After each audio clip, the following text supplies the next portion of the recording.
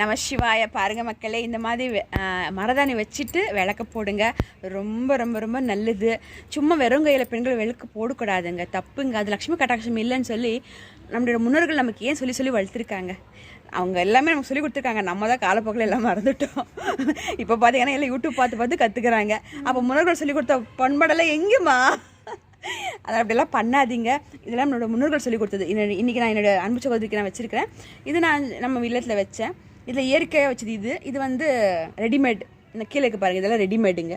So அது மாதிரி நீங்களும் ரெடிமேடோ இல்லை இயற்கையாவோ எப்படி கிடைச்சாலும் அதை மருதாணியை மறக்காமல் கைக்கு வைங்க, வச்சுட்டு விளக்கேற்றுங்க மறக்காமல். ரொம்ப ரொம்ப நல்லதுங்க. ஐஸ்வர்யம் கண்டிப்பாக. மகாலட்சுமி எப்படி வராங்கன்னா மருதாணி மூலம் வராங்க. கண்டிப்பாக இதில் அம்மாவின் அருளில் எத்தனோ வகைகள். அதில் மருதாணி ஒரு இடம் பிரசித்தப்பட்ட சுமங்கல் இடம் பிடிச்சிருக்கு இல்லைங்களா? அப்படி தான் நம்ம எனக்கு.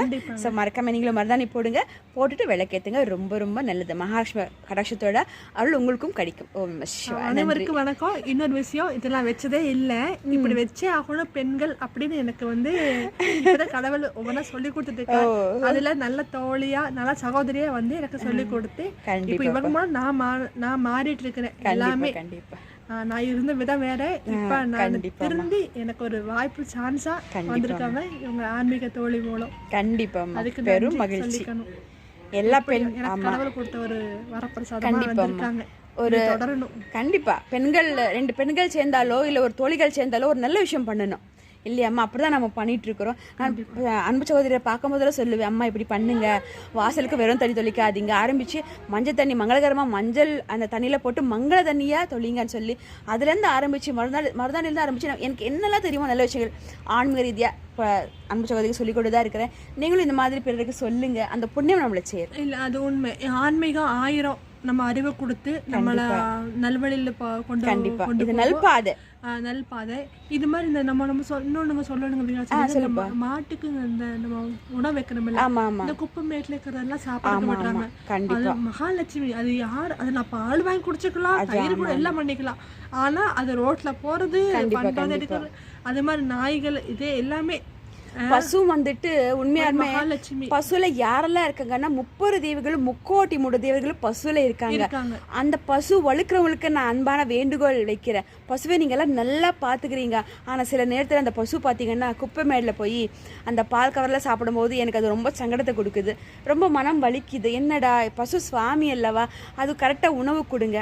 அதுக்கு என்ன தேவையோ தெரியல.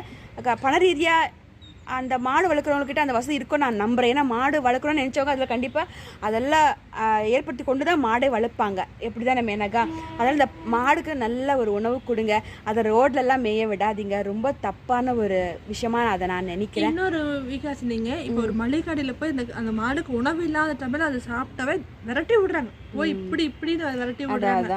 அதுக்கப்புறமேல சாப்பிட பார்த்தா நம்மளுக்கு அவ்வளோ இதாக இருக்கு. தண்ணி கூட வைக்கிறதுக்கு நம்ம ஒரு களி தண்ணி வந்துச்சுன்னா வைக்கிறதுக்கு கூட மக்களை வந்து அதுக்கு ஒத்துழைப்பு கொடுக்க மாட்டாங்க. ஏன்னா மாடு கும்பிட்டாலே போதும், அதுலயே 30,00,00,000 தேவர்கள் இருக்குன்னு சொல்லி என்னுடைய முன்னோர்கள் குருமார்கள் எத்தனோ பேர் இயற்கையாவே நம்ம சொல்லிக்கொண்டே இருப்பாங்க. ஆனா அந்த மாடு வந்தா ஒரு கடை கட்டி ஆகட்டும், வீடு கட்டி ஆகுது, சில பேர் தருத்துவாங்க. அப்படி பண்ணாது. உங்களால என்ன முடியுதோ 2 வாழைப்பழம், ஒரு 2 கேரட், ஒரு காய்கறி, ஏதோ 2 அதுக்கு கொடுங்க. அதோட ஆசீர்வாதம் உங்களுக்கு முழுமையா கிடைக்கும் இல்லைங்களா?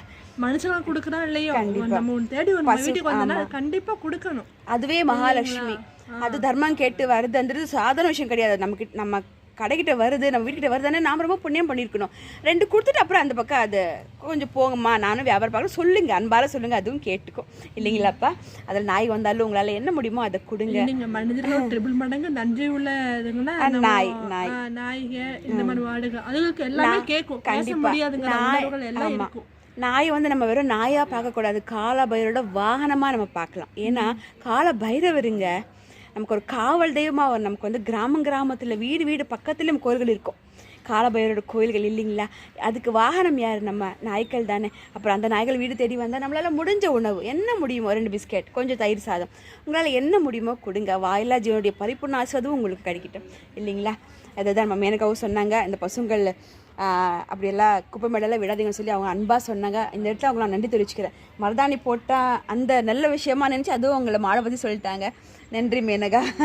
அது மட்டும் இல்லைங்க மேகா, சொன்னீங்க நம்ம முன்னே பேசியிருக்கோம், இந்த பெண்களை அடிக்கிற வீடு, சில ஃபேமிலியில முன்னேற்றமே அடைஞ்சிருக்காது. பெண்கள் அழுக வச்சுட்டு அவங்க வேதனைப்படுத்துறாங்கல்ல, பார்த்துருக்கீங்க, நீங்க சொல்லிருக்கீங்க எங்க யாரும் இது மாதிரி நடக்காம எதுக்கு ஏதாவது ஒரு டீட்டெயில். கண்டிப்பா ஒரு பெண்ணை மட்டும் யாருமே அழ வைக்காதீங்க. ஒரு பெண்ணை பற்றி தவறாக பேசுவதும் தப்பு, வீட்டில் அந்த பெண்ணை மதிக்காமல் இருக்கிறதும் தப்பு. ஒரு பெண்ணை மதிங்கள். பெண் என்பவள் ஆதிசக்தியின் வடிவமாவாள் இல்லைங்களா? அந்த பெண்ணுக்கு உண்மையான நம்ம மரியாதை கொடுக்கணும். மரியாதைன்றது அந்த பெண்ணு கேட்டு வாங்கக்கூடாது, நம்மளாக கொடுக்கணும். தயவு செஞ்சு பெண்ணை மட்டும் யாருமே அழ வைக்காதீங்க.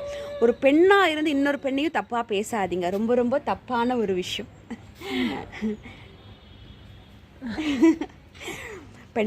ஒரு பெண்ணை மட்டும் என்றைக்குமே அழ வைக்காதீங்க. பெண்ணுடைய அன்பை சம்பாதிங்க. அதே மாதிரி பெண்களும் ஆண் சகோதரர்களை அவங்கள உண்மையாலுமே மதிப்பு கொடுங்க. அவங்களுக்கு மதிங்க. ஒரு அண்ணனாக இருக்கலாம், ஒரு கணவராக இருக்கலாம், ஒரு தந்தையாக இருக்கலாம், அவர் கொடுக்க வேண்டிய மரியாதையை கொடுங்க. அப்போ தான் அவங்களும் அதே மாதிரி பெண்களுக்கு நிச்சயமாக கொடுப்பாங்க இல்லைங்களா? அப்படி தானே மேனக்கா? நிச்சயமாக அந்த பெண்ணை மட்டும் யாருமே அழ வைக்காதீங்க. அதுக்குண்டான பலன் வேறு மாதிரி போயிடும். அது ஒரு சாபமாக மாறிடும். பெண் சாபம் பொல்லாதன்னு சொல்லுவாங்க இல்லைங்களா? சும்மா சொல்லியிருக்காங்க இல்லைங்களா? தயவு செஞ்சு ஒரு பெண்ணை அழ வைக்காதீங்க. இதுக்கு நான் வீடியோ நான் தனிப்பட்ட முறையில் ரொம்ப அழகாக நான் கொடுக்க இருக்கின்றேன். நம்ம கொடுக்கலாம், கண்டிப்பாக கொடுக்கலாம். இப்போ தற்செயலாக நம்ம பேசும்போது நம்ம பெண்ணை பற்றியும் நம்ம சொல்ல சொன்னாங்க எனக்கு, அதனால சொல்லியிருக்கிறேன். பெண்ணை மட்டும் என்றைக்குமே அழ வைக்காதீங்க. உங்களால் முடிஞ்சளவுக்கு அவங்களை சந்தோஷப்படுத்த பாருங்கள். ஒரு கணவராக இருந்தாலும் சரி, தன் மனைவியை நல்லா சந்தோஷமாக வச்சுக்கோங்க. ஒரு அண்ணனாக இருந்தால் தங்கச்சி நல்லா பார்த்துக்கோங்க. ஒரு அப்பா ஸ்தானத்தில் இருந்தால் தன் குழந்தைகள், பெண் குழந்தைகளை நல்லா பார்த்துக்கோங்க. அழ வைக்காதீங்க. சரிங்களா? நன்றி. ஓகேம்மா, இந்த வீடியோ உங்களுக்கு பிடிச்ச 2 பேருக்கு ஷேர் பண்ணி விடுங்க. இதுவரை தெய்வமகள் என் விகாஷ் யூடியூப் சேனல் சப்ஸ்கிரைப் பண்ணாமல் இருந்தால் பண்ணிக்கோங்க. இதை மருதாணி வீடியோ உங்களுக்கு பிடிச்சிருக்கோன்னு நினைக்கிறேன். ஒரு சின்ன சந்திப்பு தோழியுடன். நன்றிம்மா, நன்றி. ஓம் சிவாய். நன்றி.